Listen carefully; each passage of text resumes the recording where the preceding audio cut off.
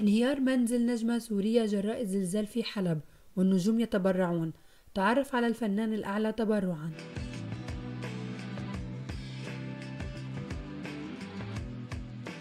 أعلنت نجمة أرب أيدول السورية سهر أبو شروف انهيار منزلها في مدينة حلب جراء الزلزال الذي ضرب تركيا وسوريا الاثنين الماضي. وكتبت الفنانة سهر أبو شروف عبر حسابها الشخصي على فيسبوك: الحمد لله، قدر الله وما شاء فعل. سقوط بيتنا بحلب بعد ما كنت ناوي بالأيام صلحه، الأضرار فيه بفعل الحرب. وتابعت: صبر جميل وبالله المستعان، المهم إني مع أهلي ونحن بخير. وأردفت: هالبيت شو تحمل قذايف، بس مصيره بزلزال الحمد لله، أحسن ما كنت صلحته ورجع نزل بالزلزال. ولم تمنع الكارثة التي حلت بالفنانة سهر أبو شروف أن تجعلها تحول صفحتها إلى منشورات استغاثة لشعبها السوري، وعرض المنازل المتوفرة لاستضافة المنكوبين ومكانا للبحث عن المفقودين.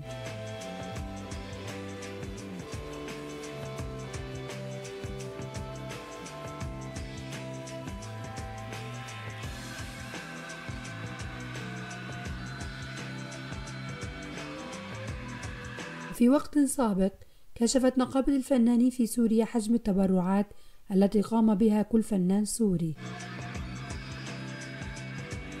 وأشارت النقابة في حسابها الرسمي عبر فيسبوك إلى أن النجم السوري تيم حسن تبرع بمبلغ 107 ملايين ليرة سورية، أي ما يعادل 14 ألف دولار أمريكي. كما قامت الفنانة السورية إمارات رزق وزوجها حسام الجنيد بالتبرع بمبلغ 200 مليون ليرة سورية، أي ما يعادل 28 ألف دولار. ووجهت النقابة الشكر لكل من سلفة وخرجي وطليقها الفنان وائل رمضان لمساهمتهما بمبلغ 21 مليون ليرة، أي ما يعادل 3000 دولار. وذكرت حسابات فنية أن الفنانة سارية سواس تبرعت بمبلغ 600 مليون ليرة سورية، أي ما يعادل 84 ألف دولار لصالح المنكوبين. وتبرعت الفنانة السورية أصالة نصري بأجرها كاملا من حفل دبي لصالح ضحايا زلزال سوريا، وكتبت في منشور على انستغرام: مو من عاداتي إني أقول، إنما للاضطرار أحكام. وتابعت: ومثل ما بعمل في الأزمات لأني منكم واجب علي اللي بعمله، تبرعت أيضا بأجري عن حفل دبي لمن هم أحق مني فيه. واختتمت الفنانة أصالة نصري: ما عملت إلا واجبي تجاه أهلي وأحبتي، ولو في حفلة كل يوم بعملها لنعمر بيوت خربت وقلوب تعبت، زلزال سوريا. أما الفنانة اللبنانية نانسي عجرم فأعلنت التبرع بكامل أجرها عن حفلها بالكويت لدعم منكوبي الزلزال. وقد بادر كل من النجم السوري علي الديك وشقيقه النجم حسين الديك بالتبرع بمبلغ 500 مليون ليرة سورية، وبهذا المبلغ يتصدر الشقيقان قائمة أكثر المتبرعين، حيث كان أكبر مبلغ تم التبرع به قبل مشاركتهما في الحملة التي أطلقتها النقابة هو المغني نصيب زيتون ب 360 مليون ليرة سورية. وقدم الممثل بسام كوسة 15 مليون ليرة سورية، أي ما يعادل 2000 دولار أمريكي. أما الفنانة نادين خوري فقدمت 200 مليون ليرة سورية. وإلى جانب حملة التبرع بالأموال، فتحت النقابة باب التبرع بالدم لصالح المصابين بفعل الزلزال الذي تعرضت له بعض المحافظات في سوريا.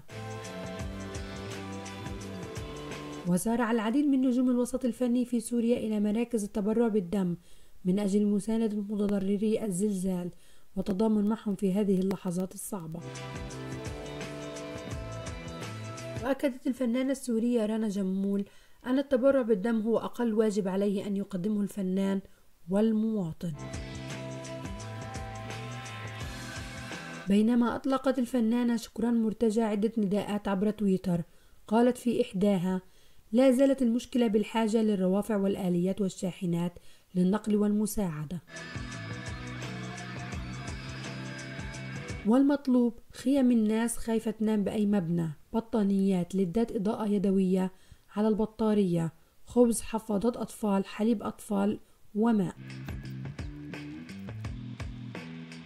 وعلى نفس النمط كتب الفنان معتصم النهار: الحل ليس فقط بالتبرعات والمواد الغذائية والبطانيات، الوضع يحتاج لرافعات ومعدات وفرق مختصة. وتابع الفنان معتصم النهار: الناس بعد تحت الأنقاض لهذه اللحظة، وهناك ناجون ما زالوا على قيد الحياة. لكل الأصدقاء الفاعلين على السوشيال ميديا، أرجوكم ارفعوا الصوت، هذا وقتكم.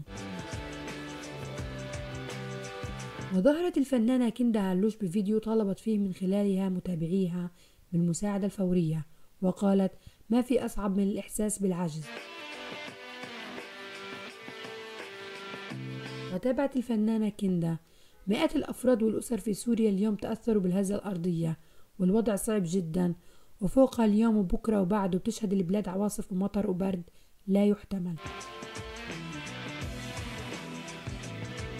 وأضافت: أرجوكم كل شخص قادر يساعد ما يتأخر، ويلي مش قادر يساعد أرجوكم صلوا للناس، ادعوا لهم بالرحمة يا رب، ألطف بالناس. وأدى الزلزال الذي ضرب البلاد بشكل مدمر إلى مقتل أكثر من 2530 شخصا وإصابة 4645 جراء الزلازل التي وقعت فجر أول أمس الاثنين. وأفاد الدفاع المدني السوري بأن الزلزال دمر 375 مبنى بشكل كامل و1200 بشكل جزئي، إضافة إلى آلاف الأبنية التي تصدعت.